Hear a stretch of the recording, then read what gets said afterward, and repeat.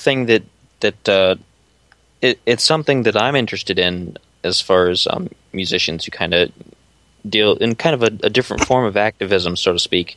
I like to listen to a lot of concept albums where it might be either telling a story or it's talking about something that might not be necessarily current right now, but might be talked about later. Like Nine Inch Nails some years ago put out an album called Year Zero, which was about a future where global warming had run rampant and the government was cracking down on everyone, and a lot of really just terrible, bad things were happening because of things that we didn't pay attention to right now, and we could have.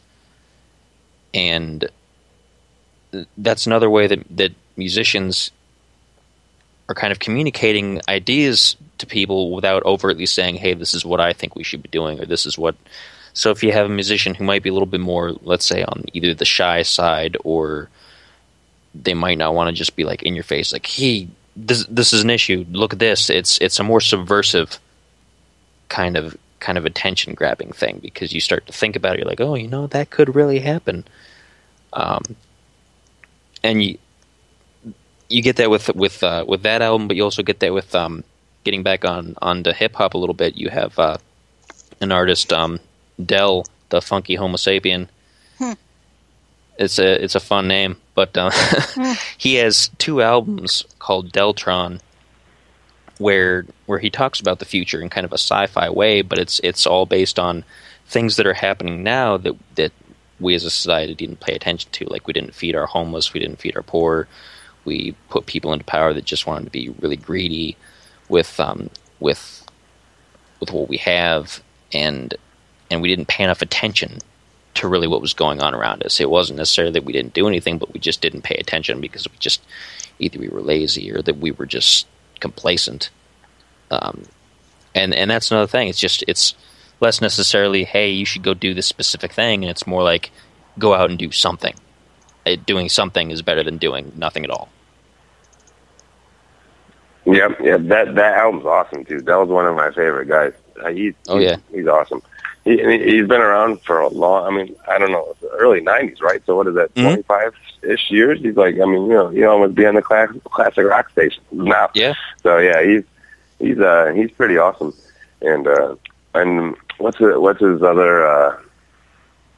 He's got another group too that I like. That he's a part of a lot of other groups too. Mm-hmm. He's done guest vocals on quite a few areas. Tons. So it's pretty cool, and he's really good. His rhymes are pretty good. Yeah, he's excellent.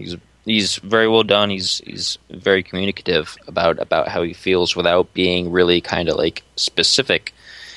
He gets you thinking more about how these things could happen.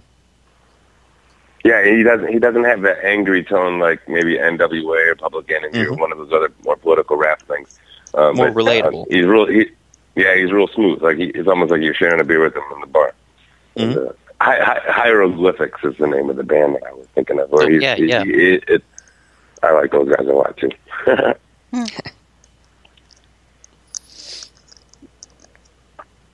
Yeah, that's just a couple of examples. There's all kinds more. But go ahead, Chels. Go ahead. No, go ahead. Go ahead, guys. Go ahead.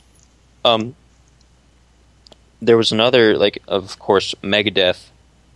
They've been around quite a long time too in the metal scene, and their last 2 or 3 albums have been along a similar vein, like all very similar. Like, hey, this is the dark future that's waiting for you if you don't get up and pay attention to all these things that are happening around you. So sometimes it's not necessarily just being aware of one specific thing. It's just go out and try to be aware of something, and music is a very important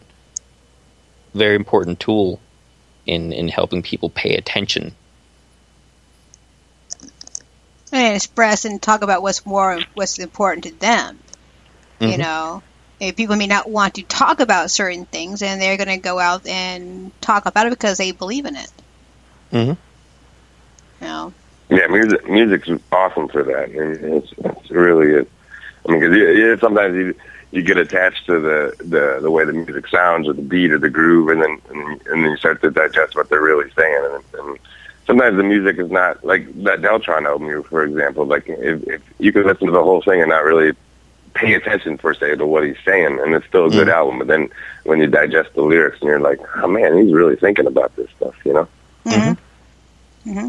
Yeah, definitely more subversive, which sounds like a really kind of like infectious kind of word, but it's good actually, because it might draw people in who might be put off by a really bold opinion, but might start thinking a little bit more if it's a little bit more subtle, a little bit more like, okay, well, yeah, I kind of agree with that. That makes sense.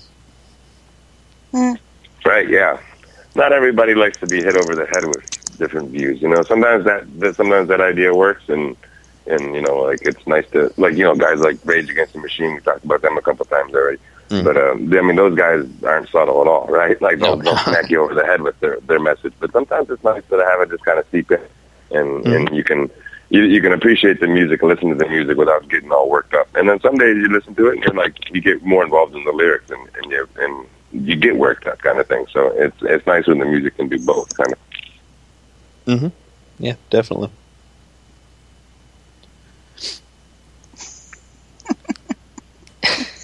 Just like I'm just sitting back here and listening and learning a few things and trying to remember things that was important when I was a kid, and then just bringing back memories of the whole entire topics, and then learning stuff that I never knew anything about. Because I mentioned you guys earlier behind the scenes is that politics is really not my thing, but people, musicians, and even celebrities or actors involved in kind of like, you know, actors that, you know, into certain topics like, you know, rainforests and stuff like that.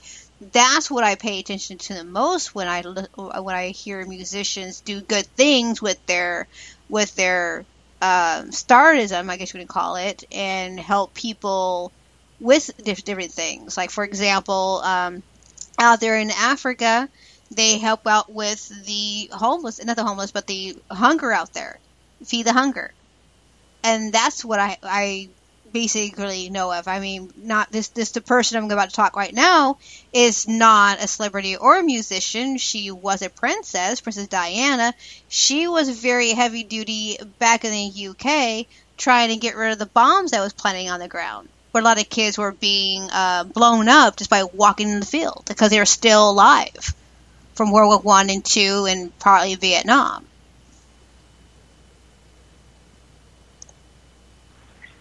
Right. You know, so that's the kind of stuff that I'm aware of when I look at different people, you know, in that along the line. You pay attention to who they are and you follow their causes.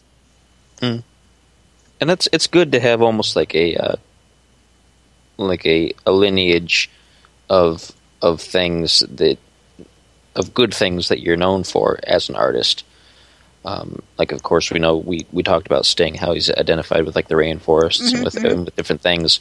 It helps to have somebody that you're already familiar with doing certain causes, that if they do another cause that's similar, or that might not even really be similar, but it's, you know, this person didn't lead me wrong before, this person's always been interested in something that I was interested in, so I'm going to go ahead and try this thing that they're talking about that I might not have really looked into before, because this might be a really big issue that I might not have noticed. Exactly. Yeah, there's like a lot of things in that category. See what else.